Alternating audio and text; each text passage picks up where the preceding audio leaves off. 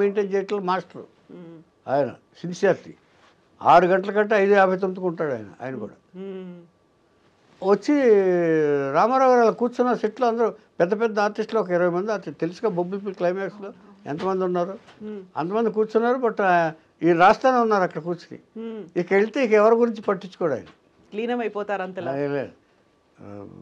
తనే అనుకుని తనే ఆ పాత్రలోకి వెళ్ళి రాస్తారు.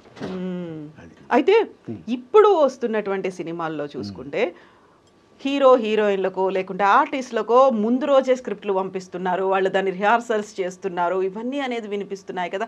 ఈ కాన్సెప్ట్ ఈ ఫార్ములా అసలు దాసరి గారి దగ్గర ఉండదు లేదండి.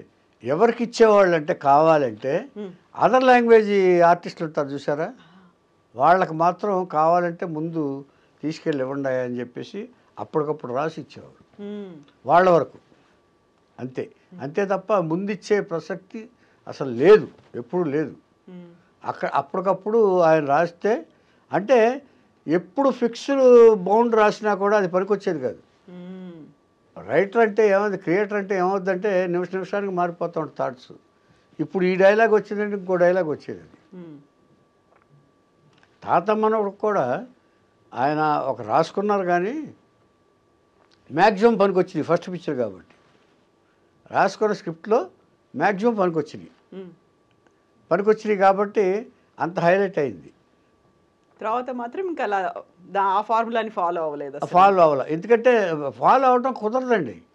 ఎందుకంటే రాసి ఇది చేసి ఇప్పుడు రైటర్ అనేవాడికి ఎలా ఉంటుందంటే చాలా ఆలోచించాలి. అటు ఇటు తిరుగుతూ ఉంటారు, ఎన్విరాన్మెంట్ ఈ వాతావరణం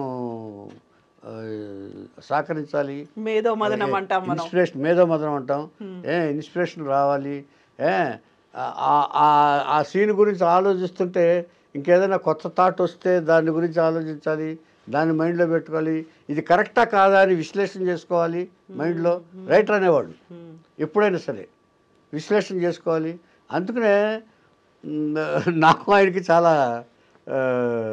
చాలాసార్లు నేను తిట్లు కూడా తిన్నాను. ఎలాగంటే సీన్ రాయటానికి మమ్మల్ని పిలిచేవాడు ఆయన, రాత్రి రమ్మనేవారు ఆయన. షూటింగ్ అయిపోయిన తర్వాత మర్నాడు సీన్స్ పట్టుకుని రావయ్యా అనేవారు. వెళ్ళేవాడితే ఆయన రిలాక్స్ అయ్యి అంతా అయిపోయిన తర్వాత సిట్టింగ్స్ అయిపోయిన తర్వాత సార్ అంటే సీన్ అంటే ఊరికే వస్తుంది ఏంటయా, క్రియేషన్ అంటే మాటలుగా ఉందా నీకు, రావాలి కదా నాకు మైండ్కి, నా మైండ్కి వస్తేనే కదా నీకు చెప్పేది, వెయిట్ చేయి అనేవాడు. ఇలాగ అంటే ఆ తర్వాత నేను గ్రహించాను తప్ప ముందు గ్రహించలే ఇది ఎందుకు అంటున్నారు అనేది. క్రియేటర్ యొక్క స్ట్రగుల్ ఎంత ఉంటుందో అనేది నేను రాసుకున్నప్పుడు తెలిసింది. అది అనుభవపూర్వకంగా. ఎందుకంటేనండి ఇమ్మీడియట్గా రాదండి. ఇప్పుడు చాలా